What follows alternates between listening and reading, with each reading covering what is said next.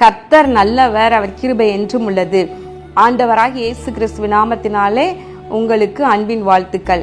இந்த நாளிலும் தேவ கிருபையும் சமாதானமும் உங்களுக்கு உண்டாயிருப்பதாக. செப்டம்பர் 11ஆம் தேதியாகிய இன்று நாம் தியானிக்க போகும் வசனம் 1 பேதுரு 5வது அதிகாரம் 6வது வசனம்.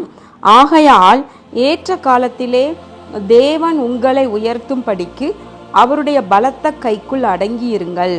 இங்கு பேதுரு அழகா எழுதுகின்றார், ஏற்ற காலத்திலே தேவன் உங்களை உயர்த்தும்படிக்கு என்ன செய்ய வேண்டும் என்று சொல்லி அருமையாய் இங்கு எழுதுகின்றார். அவருடைய பலத்த கைகளுக்குள் அடங்கியிருங்கள். அதற்கு முந்தின வசனத்தின் கடைசி பகுதி பாருங்கள், தேவன் பெருமை உள்ளவர்களுக்கு அவர் எதிர்த்து நிற்கின்றார், தாழ்மை உள்ளவர்களுக்கோ கிருபை அளிக்கின்றார்.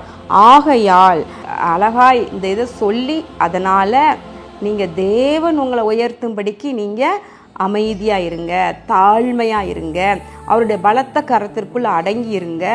பெருமை உள்ளவர்களுக்கோ தேவன் எதிர்த்து நிற்கின்றார், எனவே தாழ்மை உள்ளவர்களாய் இருங்கள் என்று சொல்லி அழகாய் புத்தி சொல்லுகின்றார். பிரியமானவர்களே, முதல்ல பாருங்களேன், ஏற்ற காலம் ஒன்று உண்டு. அதாவது உங்களை உயர்த்துவதற்கு தேவன் நியமித்திருக்கின்ற ஏற்ற காலம், அது என்ன காலம் என்று அவருக்கு தான் தெரியும். அப்போ தேவனே உயர்த்தும்படி நம்ம காத்திருக்கணும். நாமவே நம்மை உயர்த்தி கொள்ளவே கூடாது. தேவன் நம்மை உயர்த்தும்படிக்கு நம்ம வெயிட் பண்ணணும், அமைதியா இருக்கணும். அவருடைய கரம் பலத்த கரம். அப்போ அவருடைய பலத்த கரத்திற்குள் அப்படியே அடங்கி இருக்கணும், அமைதியா இருக்கணும்.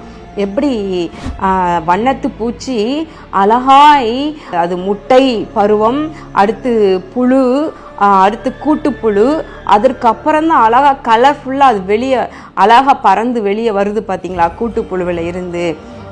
அது வரைக்கும் அது அழகா அடங்கி இருக்குது பாருங்க. முழு வளர்ச்சி அடைகிற வரைக்கும் ரெக்கைகள்லாம் வந்து அது பறக்கிறதுக்கான நல்ல ஒரு ஸ்திதி வர்ற வரைக்கும் அந்த கூட்டுக்குள்ள அடங்கி கூட்டுப்புழுவா இருக்கு பார்த்தீங்களா.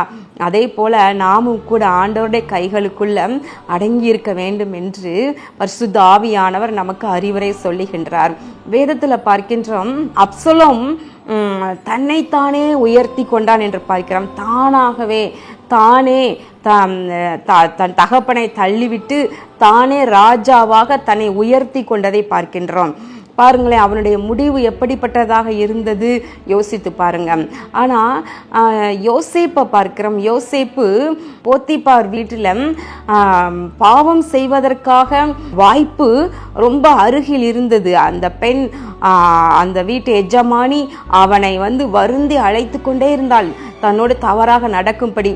ஆனா அவளுடைய ஆசைக்கு இணங்கி அந்த நேரத்துல பாவம் செய்திருப்பானால், ஒருவேளை அவள் அவளுடைய கணவர் நல்ல ஒரு அதிகாரத்தில் இருக்கிறான், எனவே யோசேப்புக்கு ஏதோ நல்ல சில சலுகைகள் வாங்கி கொடுத்திருக்கலாம். ஆனால் அது அநித்தியமானது, அது தேவன் அருவருக்கக்கூடியது. ஆனால் யோசேப்பு, நான் தேவனுக்கு விரோதமாக பாவம் செய்வது எப்படி என்று சொல்லி அதற்கு விலகி ஓடின பொழுதோ அவனுக்கு சிறை வாழ்வு காத்திருந்தது. அதை தொடர்ந்து ஆனால் ஏற்ற நேரம் என்று வந்த பொழுது அழகாய் யோசேப்பை உயர்த்தி எகிப்து தேசத்திலே ஆண்டவர் உயர்த்தி உட்கார வைத்தார் என்று பார்க்கின்றோம். நாம் இயேசு மகாராஜா கூட இந்த பூமியில ஊழியத்தை செய்ய ஆரம்பிப்பதற்கு முன்பதாக 30 ஆண்டுகள் தன்னுடைய தாய் தகப்பனாருக்கு, அதாவது யோசேப்புக்கும் மரியாளுக்கும் கீழ்ப்படிந்து இருந்தார் என்று பார்க்கின்றோம். ஏற்ற வேளை 30வது வயது வந்த பொழுது அவர் ஞானஸ்நானம் எடுத்து அடுத்து தன்னுடைய ஊழியத்தை துவங்குகின்றார்.